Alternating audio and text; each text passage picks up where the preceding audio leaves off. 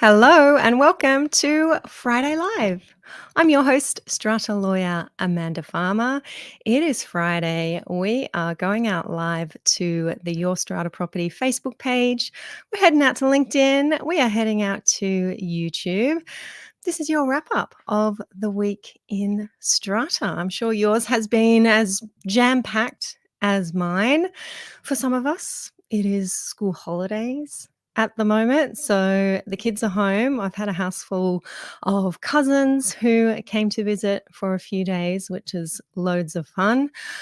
You might have seen on the Facebook page and Instagram, I think it is as well. I just posted a little cheeky photo of my sleeping puppy who has been helping me with some tribunal preparation. I am going to be in NCAT on Monday for a full day hearing for a client. Lots of prep to do there.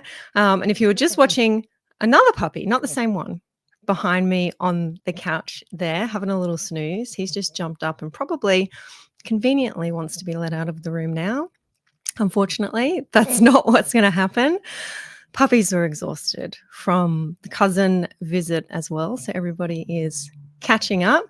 How are you all doing? I can see those eyes coming in live here. I love to see your comments coming through. If you want to give me a hello, let me know. Perhaps you too are grappling with keeping up with the kids in the school holidays while also getting some work done. Sean's here saying lovely day here in Sydney. Yeah, one of those days for me. No, I haven't got out. I was just thinking, have I got outside today? No, I haven't. Lucky enough to have someone else walk the dogs this morning, so I haven't made it out there. I'll try and do that before it gets dark. Hey, Sean M. coming in. Petra, good afternoon to you. Debbie's joining us from Vegas. How's the weather up there, Debbie? I am looking forward to heading up that way soon enough, the end of this month. I will be traveling up to attend the Strata Impact Conference with Dr. Nicole Johnston and crew. Let me know if I'm going to see you there as well. Wendy is here. Hey, Wendy. Melissa, hello. Sean is saying about to help new who are moving in. So new people moving in. So just ducking through to say hi. I'd hate to be responsible for taking cash at a meeting. Yeah, it kind of depends on how much. Maybe Sean. We're definitely going to talk about that today. Debbie's telling me it's beautiful and sunny up there. Thank you, Debbie. Great topics, says Elizabeth. Looking forward to this. And Philip is saying g'day from cloudy Canberra. Good to know. Thanks for joining us. I've just had a helper open my open my office door and let the dog out, so you don't have to worry. He's all good. Okay. I have strategically hidden some folders that are lining my floor at the moment, but you can have a little look at those if you scroll down the page and see my photo I posted earlier of my Barnaby helping me out with hearing preparation. I hope to share a little bit about that case with you when the time is right. Another interesting one where I am acting for an owner in a unique situation. Podcast this week. Sean M has hinted at it, and I did let you know we're going to continue this discussion that Rena and I started on the podcast. We're going to continue it here today. It's one that I've received a few comments about in respect to different topics that we covered that I do want to share with you. And as always, I'd love to hear your thoughts as well. Podcast episode number 415 it was, and I titled it Cash is Still Legal Tender in Strata, isn't it? As far as I'm aware. Rena, as she does so well, when I say something, when we're recording our podcast that she doesn't agree with, you know, long-term listeners, she doesn't hold back in letting me know. And we were talking about owners who are unfinancial before a general meeting, turning up to the meeting, wanting to clear their debt, pay their money, and wanting to offer cash to the owners corporation, giving that cash to the strata manager, giving that cash to the treasurer or to the chair and saying, this will clear my debt and I want to vote. And I made the off the cuff remark that I think that's legal, and I have assisted clients to do that in the past. And Rena said, no, I don't think that is legal, especially now when certain banks with which our owners corporations are banking, renamed Macquarie Bank and Bank of Queensland, are not accepting cash. And I had to say, well, hang on a sec. What do you mean not accepting cash? Um, I've had a little look into that to learn a little bit more, which I will share with you, but it does raise the question, can our owners corporations, regardless of what the banks are doing or not doing, accepting or not accepting, can our owners corporations say, sorry, you can't pay your levies in cash? Not sure if anyone has come across that before, and I love to hear from the many strata managers who are tuning in if you have some thoughts on that as well. And this question came about as a bit of a tangent, or this discussion came about as a bit of a tangent, offshooting from an actual question we received from a listener who posted on our website and said, if I am unfinancial at the beginning of a meeting, and then because of a resolution to waive interest charges on my ledger, I become financial during the course of the meeting, can I then vote for the rest of the meeting? So I gave my answer to that, and then Rena and I proceeded to talk about this question of cash payments. I want to acknowledge Petra, who is also here today, and you're reminding me, Petra, I did see your comment. So Petra came in, I think it was you, Petra, tell me if I'm wrong, and posted under the podcast episode earlier today to alert me to the utter coincidence that is an article from Ben Riddell of Tender Advisory, an article appearing in the Look Up Strata New South Wales magazine, which I think just came out today, this month, the July magazine in our inboxes. Ben Riddell answered that exact question. I don't know if it was a question from the same owner or this is something that's happening regularly now where interest charges are being waived during the course of a meeting. Suddenly owners are becoming financial. Same question answered by Ben. And I will take us over to have a look at that page of the magazine and remind you where you can be subscribing to Look Up Strata's magazine in just a moment. Heading back to those comments, PASG projects tuning in from LinkedIn. Great to see you there. That's coming up on my end as LinkedIn user. So if I can't see your name through LinkedIn or Facebook, it's because we use this platform called StreamYard. And I believe you do need to give StreamYard permission in some circumstances for me to be able to see your name, but that's okay. Thanks for telling me. It's PASG. Good to see you. Chris is saying snow coming to your area. My area, Chris, we generally don't get snow in town here, but yes, may well be some snow on the outskirts. I am in Central West, New South Wales, maybe some snow headed for the mountains, perhaps. Debbie is saying, go to the bank before the meeting, transfer from your bank with the cash, and provide the proof of deposit at the meeting. Yeah, so I sort of hinted at that, sort of was coming to that conclusion in that chat with Rena to say, well, I suppose you could get a check from your bank or you go to your bank and, as you're saying, Debbie, ask them to transfer into the owner's corporation's bank account. That's, I guess, got to be the way to do it. But as we know, as those attending strata meetings, whether as professionals, whether as owners, many owners don't know when they turn up to the meeting, turning up in person, well-intentioned, wanting to vote, wanting to have their say. They don't know that they're unfinancial, sometimes to the tune of a few cents because of an interest charge that has been sitting there. They don't know until they're told by the strata manager when they're checking off that attendance list, hey, you owe us a few cents. You can't vote. You are technically unfinancial. So at that stage, no real practical opportunity to get to the bank, but you might have that 10 cents in your pocket. And as you'll hear me say on the podcast, I think you can hand that over in payment to the owners corporation to be able to vote at the meeting. Definitely going to talk about this one a little bit more. I'll just go and review those other comments that are there. Thank you, Petra, for your comment. That was you who was giving us that guidance. We'll have a look at that Look Up Strata article. Hey, Margaret. Margaret's loving my carpet chocolate furry friend. Yeah, he does blend into the carpet, Barnaby, doesn't he? It's great because when they lose their fur, kind of don't really notice until the vacuum cleaner clogs up. Sean is on his way to go and help out a neighbor. Back soon, no worries. Happy Friday to you, Shana. I know how Barnaby feels with NCAT preparation. Yes, So this is the thing, and I'm happy to show you the real life experience of a lawyer preparing for a hearing. Yes, I am crawling around on the floor. I am setting all of my folders out. I am highlighting things and making post-it notes and marking up in black text just so that I know where everything is, especially when you have a full day's hearing with a couple of witnesses. There's going to be cross-examination. I know what can happen or not happen in the heat of the moment. So I like to be very, very organized. That's how it's going to be here for the next couple of days, getting that ready to roll for Monday. Petra's saying accounts are sent with the agenda of the meeting, so they should know. Yeah, they may be. They may be sent. I'm just trying to think, is there a legal obligation to set out the debtors list? They may form part of the financial statements. They may or may not be up to date. We are definitely going to talk about this definition of unfinancial and what it is that may make you unfinancial and the impact of being unfinancial. This question recently came up in our member forum as well. So I know that it's one that is bugging a few of you.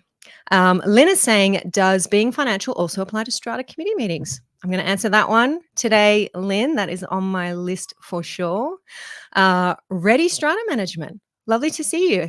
Ready strata management saying your advice as a legal professional is always appreciated. Starting off with a compliment there. I like that. But I agree with Rena that strata managers are at the coalface of having to explain the reality of most situations to our clients. Many banks are withdrawing acceptance of cash and checks. So I did a little Googling about this, and yeah, there's a lot of articles out there, particularly around the difficulties that Australia Post has been facing within the last couple of years, with banks essentially saying, we're not going to facilitate you receiving that cash from customers and then transferring it over to us. It's all too hard. It's all too expensive. We're not going to do it. And Australia Post has been, it reports, bending over backwards because it has certain legal obligations, customer service guarantees, commitments that it makes as part of its charter or constitution or whatever it is that governs Australia Post legislation. It has to provide a certain level of service to Australians.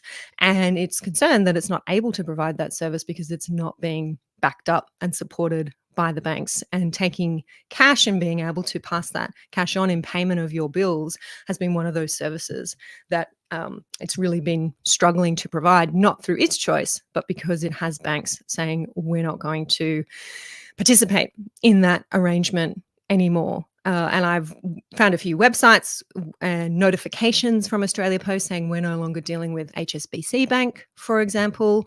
And I have found some material from Macquarie Bank, a big bank that many of us strata buildings bank with, saying that it is no longer accepting these cash payments of levies as well. I'm going to show you one of those. We'll just deal with that comment there. Actually, I'll just do it here for us. Mina, I've got that one under control. So Petra's saying access to the online portal is also available to show the status of accounts. Yes, we're all assuming here that these owners are up to speed, aware and educated about their strata rights and obligations. Not always the case. Definitely, if I'm attending a meeting as a proxy holder, I'm making very clear to the client whose proxy I'm holding, or perhaps I'm holding a proxy from a neighbor, friend who they've wanted to give me their proxy. I am always writing or encouraging that owner to write to the strata manager a couple of days before the meeting to say, just checking, have I paid everything up to date? Are there any charges there that I'm not aware of? Please confirm that I'm up to date. I do it myself when I go to my own strata meetings. Okay, so that was by way of long introduction to our discussion topics here today. We are going to cover all of those things in a little bit more depth. I'm going to take you over to some of the New South Wales legislation to help us all better understand this concept of being unfinancial and the impact of that, including at strata committee meetings. So Lynn has already asked that question. We will answer that one today, Lynn. Also on the podcast, we were talking about building management committees. BMCs. And every now and then, I know Rena and I go into some pretty complex uh, structures, complex ideas on the podcast, which I know for some who are just learning about strata, who are new to our world, might be a little bit too deep. But then there are others, professional strata managers, owners who own properties in these complex structures, who really appreciate that. So the BMC topic, the BMC question, I suppose, was about whether owners have a right to access records that may technically belong to, be produced by a building management committee. And a building management committee is not a legal entity in itself. It is a committee that is made up of separate legal entities. So a residential owners corporation, a commercial owners corporation, a car park owner may be the three legal entities who make up a building management committee. And then the operations, the responsibilities, the obligations of the building management committee are all set out in a document called a strata management statement. So it is a complex structure to get your head around. And when these questions come up about a resident in the residential owners corporation wanting to access a record that may be an insurance policy or a certificate of currency for the insurance that is arranged by the building management committee, we kind of have to think hard about whether that resident is entitled to that document. If so, how they get their hands on that document. Now, I want to give a shout out to Luke Derwent, strata manager at McCormack's. I know Luke tunes in often, and if you're there, Luke, feel free to give me a hello. With Luke's permission, I'm sharing a note that he sent to my inbox and to Rena's inbox after listening to this week's podcast episode. And this might be helpful to some managers out there, to owners who are part of building management committees. Luke said, just listening to this week's podcast, particularly regarding the question of access to BMC records, a lot of strata managers, says Luke, don't advertise the fact that most strata management statements provide for the election of office bearers for the BMC. So office bearers on the building management committee, that would be a secretary, a treasurer, and a chair as part of the building management committee. And Luke says a BMC member can, if they have a look at the detail in the strata management statement, request a motion for the next building management committee meeting to elect the office bearers. Some strata management statements don't set out the roles of the office bearers, and they require the building management committee to determine what the functions, I guess, of each office bearer should be as part of that resolution appointing the office bearers. Now, Luke says this can help a BMC rep, that one person who is representing their owners corporation or the company that owns the car park. That one person can then get themselves elected as the secretary of the BMC, or maybe the treasurer of the BMC, and then have greater visibility over and control perhaps over the expenses, depending on what their particular function is as a BMC member. So Luke says, furthermore, most strata managers will have in their agreement a requirement to provide monthly financial reports for their clients. So in a strata manager's agreement with a BMC, those financial reports should be distributed to each member of the BMC. And where that member is a representative of an owners corporation, that member is then getting those financial reports. That becomes a record of the owners corporation. And that's then how your individual lot owners can access these otherwise seemingly inaccessible records of the BMC. So great insight there from Luke Derwent of McCormack's, experienced strata manager, dropping into our inboxes and letting us know a little bit more detail about how these BMCs are operating on the ground. Thank you very much for that, Luke. Elizabeth is here saying, while we are on BMCs, What indeed, as an owner, are we entitled to receive or see? All I know is that we pay a bucket load, but I never see anything, agendas or minutes. How are we to be kept up to date with what is happening to our funds? Yeah, totally get it, Elizabeth. And this is definitely what Rena and I talked about on this week's podcast episode. So it only came out a couple of days ago. You might not have got to it yet. But Rena made, I think, the really important point that if you have an owners corporation, say it's a residential owners corporation, as a member of the BMC, that owners corporation will have elected a person, a representative, to attend the BMC meetings. The minutes of that meeting need to be sent to the BMC member. The BMC member is not the rep, it's not the individual person. The BMC member is the owners corporation. So the minutes should go to the owners corporation, care of their strata manager. It should be. Those minutes then sit in the owners corporation's records. They become a record of the owners corporation to which each individual strata lot owner has access, your normal access rights under Section 182. I know you're familiar with those, Elizabeth.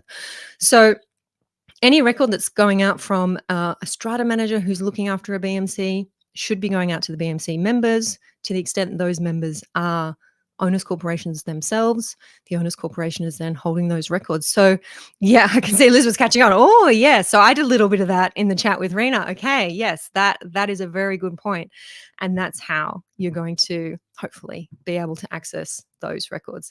And if they're not there, then it may be, and this was Rena's complaint, it may be that the BMC manager is not passing these things on to the owners corporation. Maybe they're only passing them on to the individual representative, which I think if you had a look at the strata management statement, and that's the really important thing here, every strata management statement is going to be different. It's really important to start with that document. See if you can find in the strata management statement the obligation for agendas and minutes to be issued to the member of the BMC, not just to the individual representative of the BMC. Jimmy's saying, don't hold your breath for that to happen in our strata plan. All right. Won't do that, Jimmy, but maybe this information will help you to encourage those who have the power to change the situation to do that. Margaret's saying, is this the same as a building strata committee elected by a building subcommittee? Maybe, Margaret, you're asking? Same as a no. So we're talking about quite a different structure, which will be very foreign to owners in a standalone strata building. You're not part of a bigger community with many different buildings and different, maybe a commercial building and a hotel and office suites, those kinds of structures where the separate buildings are then sharing facilities like heating and ventilation, sharing plant and equipment, sharing a car park. That's when we have these BMC structures that tell us how those shared facilities are looked after by each entity and in what proportions. So quite different to a building subcommittee there, Margaret, but thank you for that question. Elizabeth saying, would the books and records include all the invoices, correspondence as per the Strata Schemes Management Act? Well, they should. I mean, when I think about what correspondence is passing, correspondence passing between the BMC manager to the BMC representatives, the representative of each entity, those are documents that belong to the BMC member. So if I'm the BMC rep for my residential strata plan, I'm going to be copying in my strata manager and making sure that those emails, those invoices that I might be seeing, that correspondence that I'm having with other BMC members, my strata manager is being included on so that they can then form part of the owners corporation's books and records. Definitely have a listen to the podcast episode, Elizabeth, because your complaint is exactly, or your strata manager's complaint is exactly the one that Rena was raising. I don't know if she's your strata manager. Maybe she was talking about your building.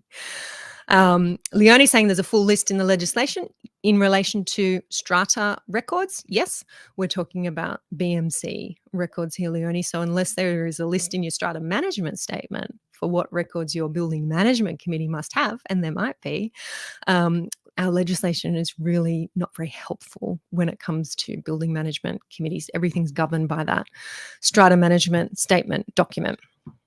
So Thank you, Luke Derwent, for adding that expertise to our discussion on the podcast this week about building management committees. And as Petra pointed out to me just shortly before we went to air, or I saw the comment come through onto the website, the second topic that we discussed on the podcast about whether or not an owner can suddenly become financial partway through a general meeting and vote on the rest of the motions that I put to the meeting, it is the exact question that has been answered in the Look Up Strata magazine this month, entirely by coincidence, as far as I'm aware, unless the person who asked me the question through our website also asked the question through Look Up Strata, which may well have been the case.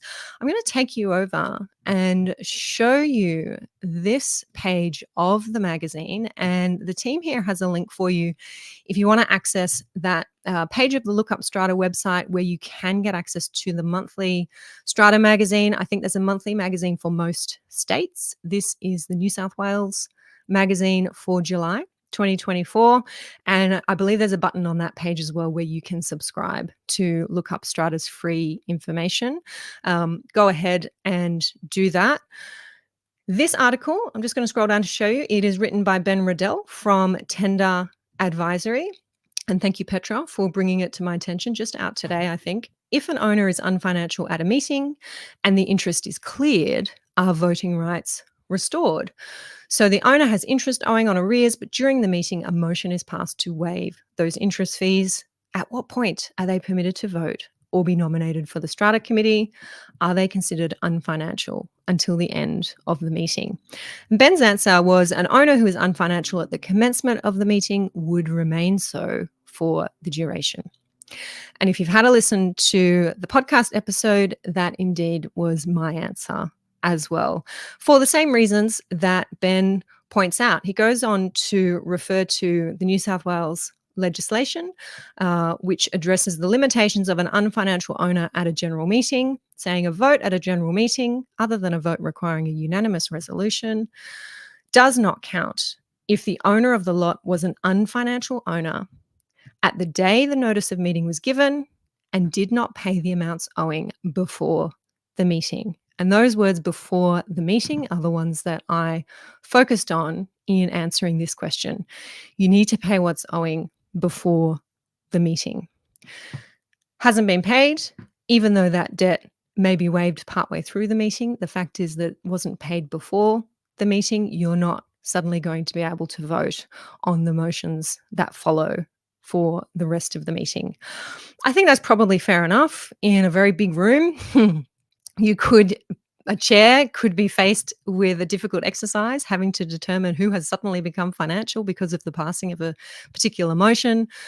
Quorum provisions could change. I think it's fair enough to say that we decide who is financial, who is eligible to vote at the beginning of the meeting, and we proceed on that basis without any changes throughout the meeting.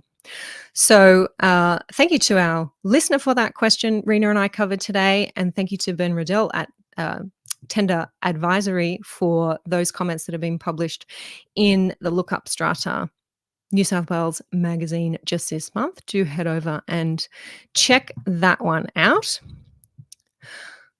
I think we're still talking about BMCs here in the comments. Elizabeth is making another point. What if there's a dispute about funds owing?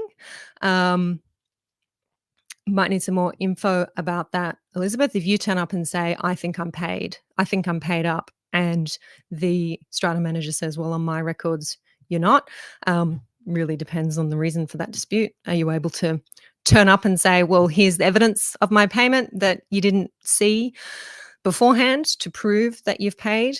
That's always a good idea, to make sure that you're armed with that evidence of your payment.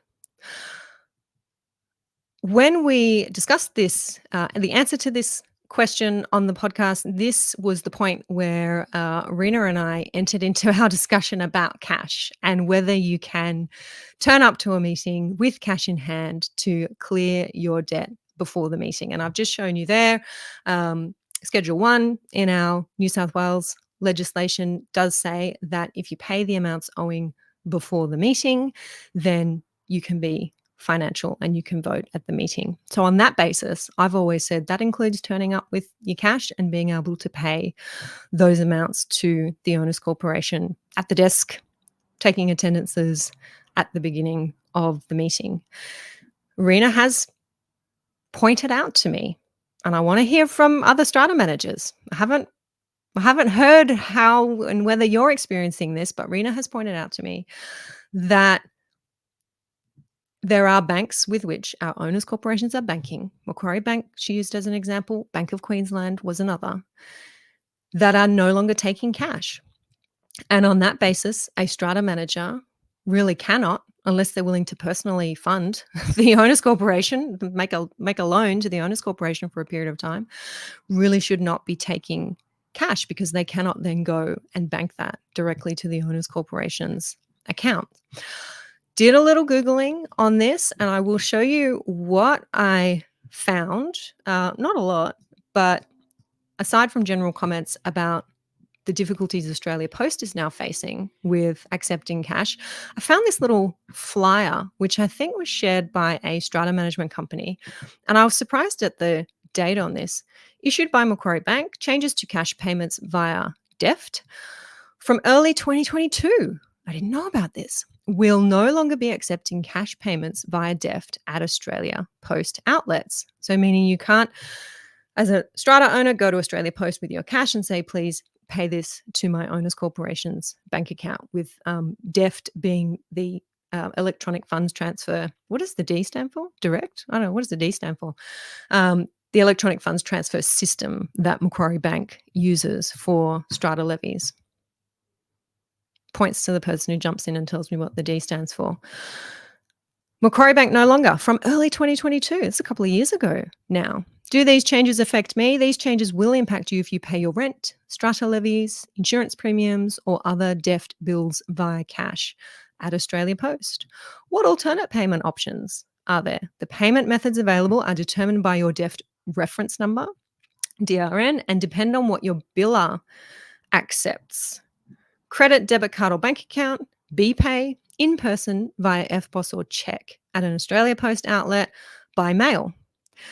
Notably, that list does not include cash.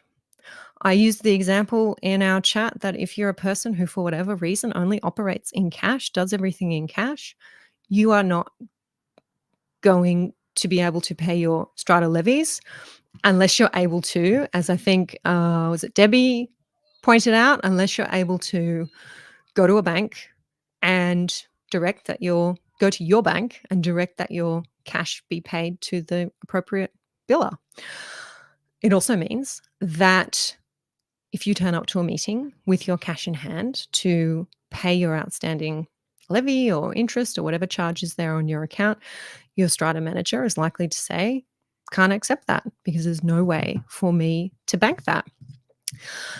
In our chat, I said to Rena, well, that's a decision of the Owners Corporation's bank and a procedure that the Owners Corporation's bank has in place. But I'm not sure that it is open to or it is okay for an owners corporation to tell owners you can't pay your levies directly to us in cash. And I use the term legal tender. Cash is still legal tender. In Googling about this and seeing if I could find any other information about it, Google helpfully showed me my own website and reminded me that Rena and I have already talked about this. Some of you may remember, but it is podcast episode 415. We don't remember everything. It was way back in podcast episode number 108 that Rena and I last talked about this. Can strata managers accept cash at meetings for levy payments? That was the title of the episode. We'll pop the link in here if you want to go and have a listen to it.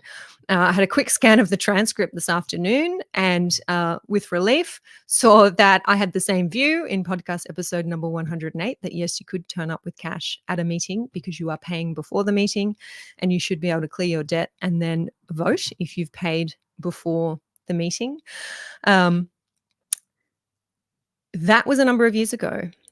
There were comments under that episode or a particularly helpful comment, I won't take you over to it, but if you do want to click through and have a read of this, I recommend it. I think so in some of our comments here, Jimmy's saying, why cash? Why not a personal check? Jimmy, go over and have a look at podcast episode number 108. Stephen posted a really helpful comment under that episode with reference to case law. Not sure if Stephen is legally trained or Stephen has a particular interest in the law or in strata law, but Stephen addresses this question of personal check and comes to the nice summary with which, without reading all the cases, I think I'm safe to say I agree with, that an owner can turn up with a personal check, but it is open to the owner's corporation, to the treasurer, strata manager exercising that function to say, no, we don't accept personal checks because a personal check is not legal tender. There you go. No, a personal check might bounce. Rena and I chatted about that in podcast episode 108. Stephen says the courts recognize that too. You can refuse a personal check. If you accept a personal check, however, then you're indicating to that person who's given it to you that you accept that method of payment. It may later bounce and there'll be consequences from that.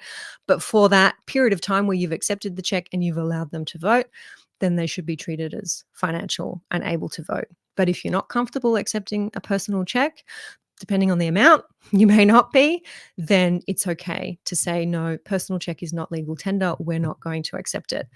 Do go and read those comments there under episode 108. Very helpful summary there of the relevant cases from Stephen. Thank you, Stephen. That's now many years ago, episode 108. We're still talking about this. Okay, I'm going to head to those comments that I can see coming through on Facebook. Sean M is back. Sean O is saying, what is the definition of paid? When is the amount considered to be paid? When it leaves the owner's account or when it is cleared funds in the owner's corporation's account? I don't know the answer to that, Sean.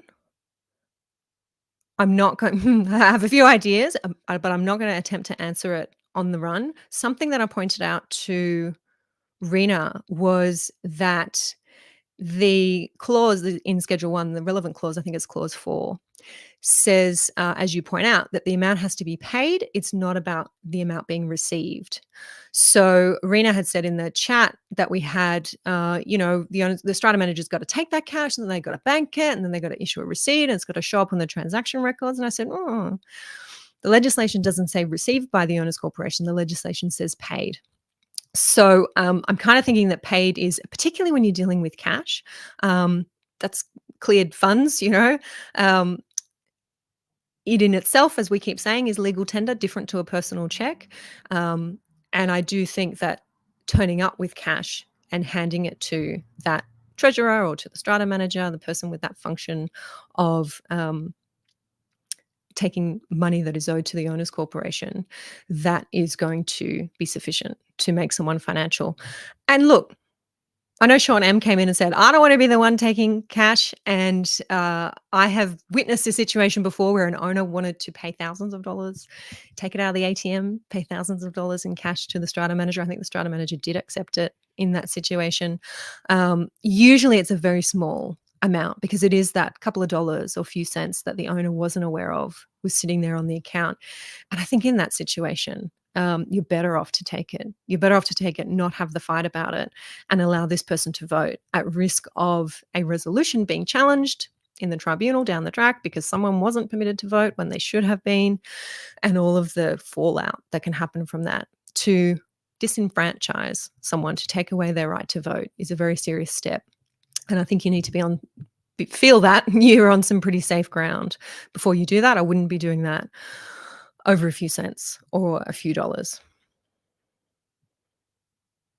Ready Strata Management is saying it's up to the meeting chair if they are willing to accept the vote of an owner. Yep. I consider it reasonable if an owner is able to provide evidence of payment of outstanding levies at the commencement of the meeting, then I would accept their vote as valid at the meeting. I like that. And you've preempted my words there in that comment ready strata management. Chris is saying we aren't told when the AGM is to be, only that it has been set, so you can't add to the meeting agenda. Anything you want discussed? Yes, common complaint that I hear, Chris. Kristen coming back to me with the D in deft. The D in deft, and I don't know if Sean M was around when I put this out, but I expected Sean M to be the first one to post the answer. What does the D in deft stand for? Direct. I thought it might be direct, as in directed. EFT.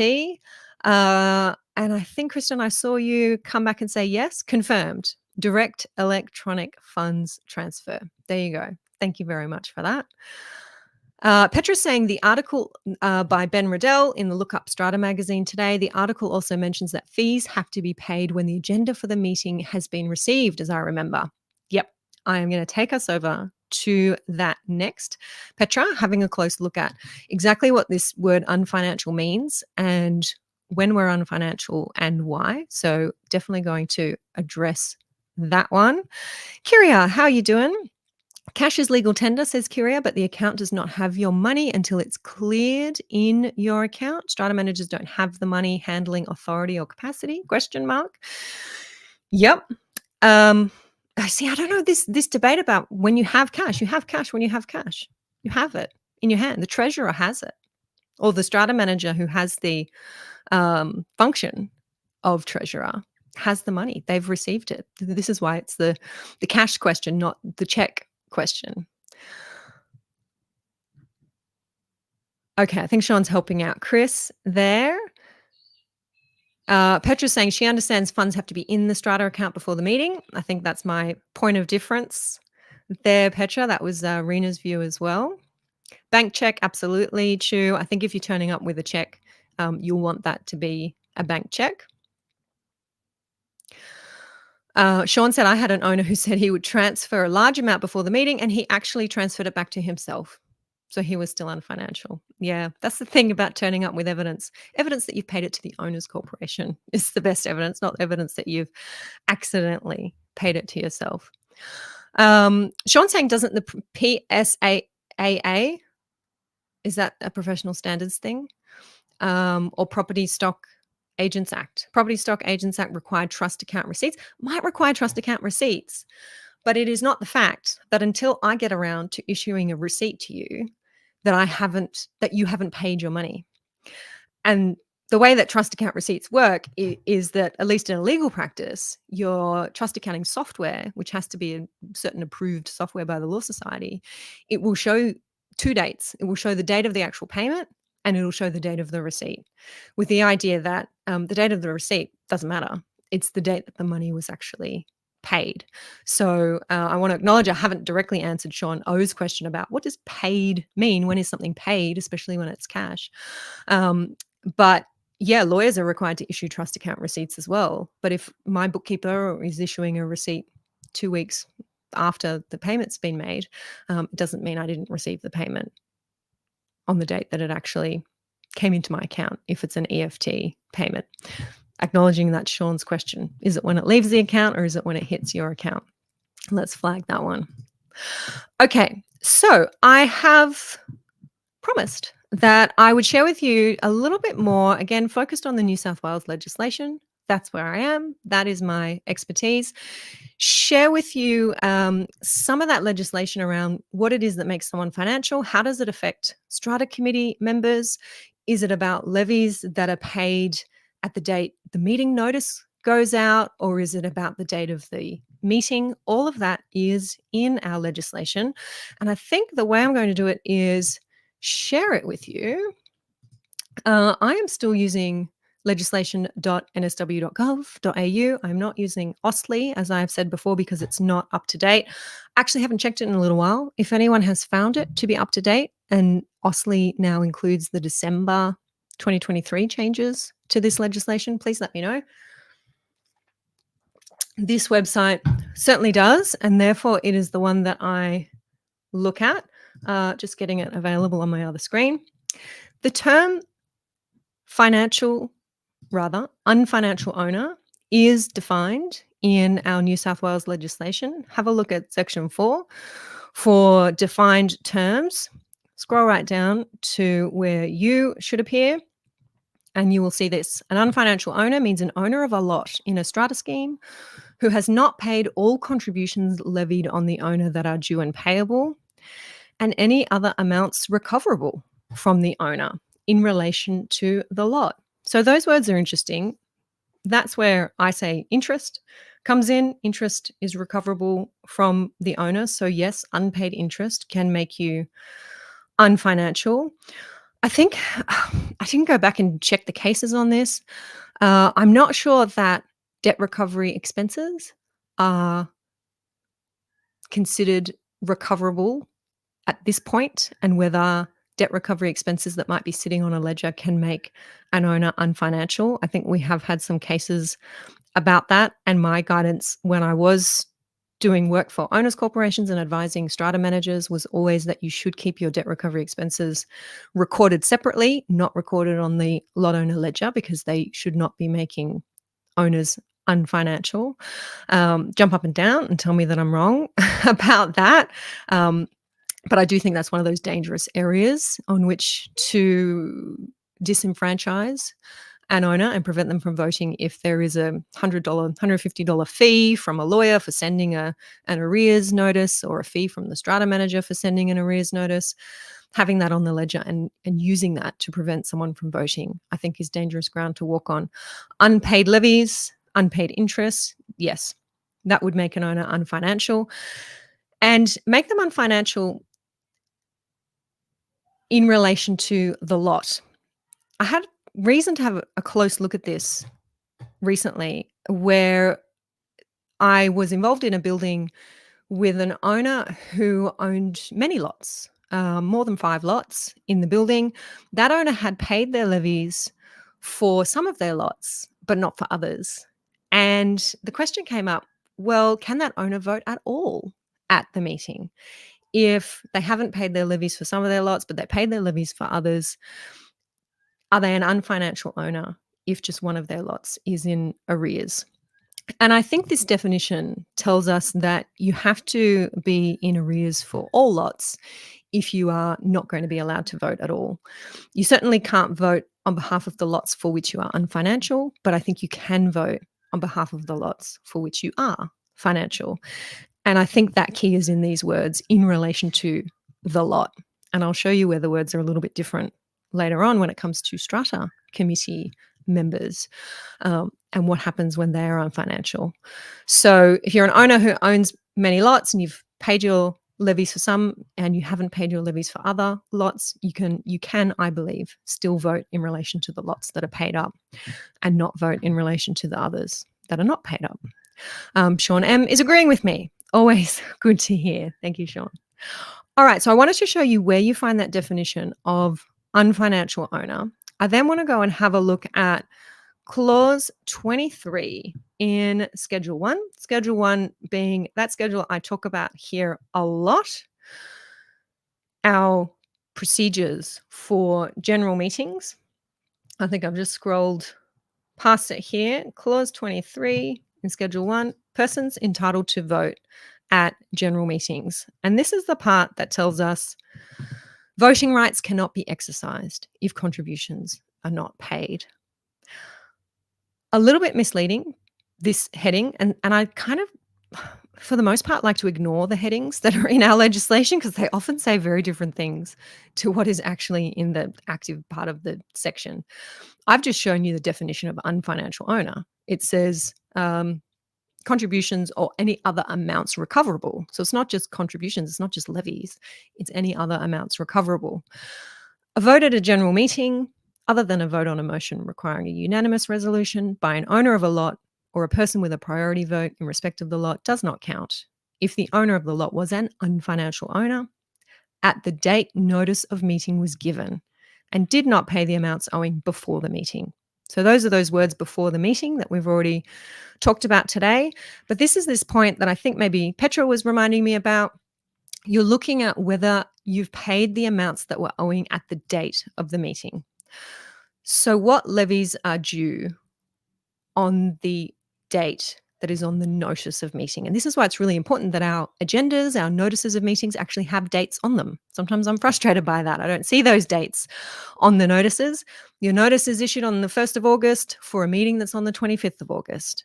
You need to be looking at what levies are owed at the 1st of August. A levy might fall due on the 15th. The fact that that's not paid at the meeting on the 25th does not mean the owner is unfinancial because the levy wasn't due on the 1st. You're looking at the levies that are due as at the date of the notice of the meeting, not what's due on the actual day of the meeting.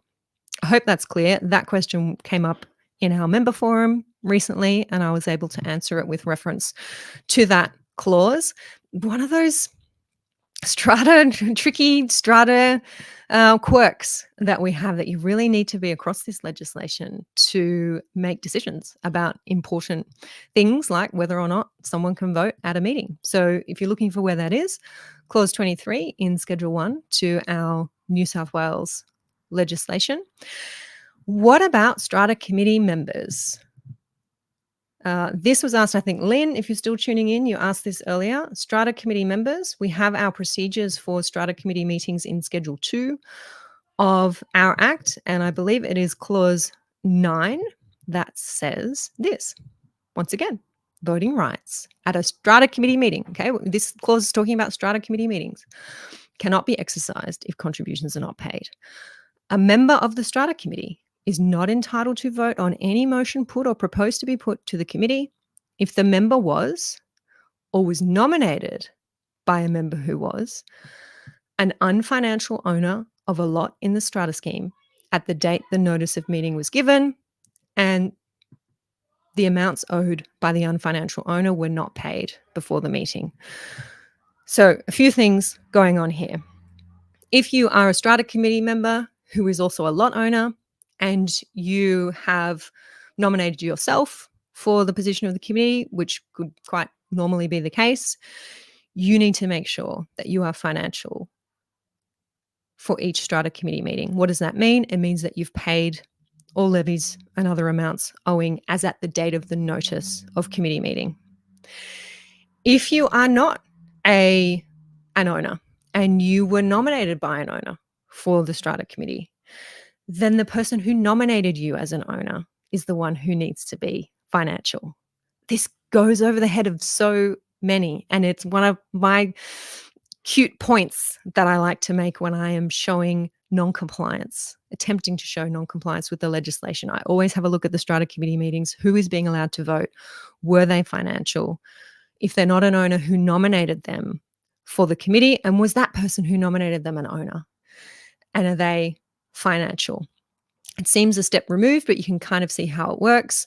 Non-owners are allowed to be committee members, and we want to make sure that they're playing by the same rules as others. So how do we do that? Well, we look at the person who nominated them. Are they financial? Have they paid all their levies as at the date that are owing, as at the date of the notice of strata committee meeting? And this is why it is so important. And I'm often telling chairs, strata managers, secretaries this, it is so important at your AGMs to record who nominated who for the committee. Because when you have non-owners being nominated to the committee, you need to know who the person is, who the owner is who's nominating them. So you can check that that person, that nominator, is financial before each strata committee meeting. Now, Sean, I think, has already picked it up. What if the committee member owns more than one lot? What if they've paid their levies for some lots and haven't paid their levies for other lots? This is where I take a different view. I said to you that at general meetings, an owner, we have a look at whether an owner is financial in relation to the lot that they're going to vote on behalf of. So an owner who's paid for some lots and not others can vote for those lots and not others. I think it's different when we're talking about strata committee members, because if you have a look, it says this, nominated by a member who was an unfinancial owner of a lot, an unfinancial owner of a lot. Doesn't matter which lot, you're the unfinancial owner of a lot, not the lot. And that was the wording used in the definition section I showed you earlier, the lot. Here we're saying if you are a member or you were nominated by a member who is an unfinancial owner of a lot, any lot, doesn't matter which lot, if you're an unfinancial owner of a lot and you haven't paid those levies before the strata committee meeting, then that strata committee member can't vote. So this is where that owner who might own more than one lot pays their levies for some but not others. I think if they're a committee member, they can be prevented from voting at strata committee meetings. I think Sean is telling me he's going to disagree. I don't know if you're going to disagree with that there, Sean. I'd love to hear your views. I am scrolling on up to see some more questions here. Sean is saying the unfinancial status of the lot used to nominate them is the one that matters. Nominated by a member as a member who wasn't unfinancial. I don't know. Is it tied to the particular lot, Sean? Give me some more reason on why you might think that. I can't see that in just these words here. And I think this is the only part of the schedule that refers to this. Love this bit about strata committee members, says Sean. Chu is saying, how can you tell in a strata meeting that a committee is financial? So it should all happen before the meeting starts, Chu. So the chair has the duty, the role, the function of declaring who is eligible and financial to vote, who is financial and eligible to vote at the beginning of a meeting. So if the chair is not the strata manager, then they should be requesting a ledger, a debtor's ledger from the strata manager to see who's paid up and who's not, taking the date of notice of the meeting as the relevant date. What is owing as at the date of the notice of the meeting, which could be different to what's owing at the date of the meeting. So there should definitely be financial records that you can rely on to answer that question. Petra's saying, how do you educate novices in strata about the legislation that applies to them? I have an idea, Petra. They can tune into the Your Strata Property podcast. They can come and visit the Facebook page and tune into these Friday videos. That is probably the best place to be sending someone who's a bit of a novice and all of this is new to them.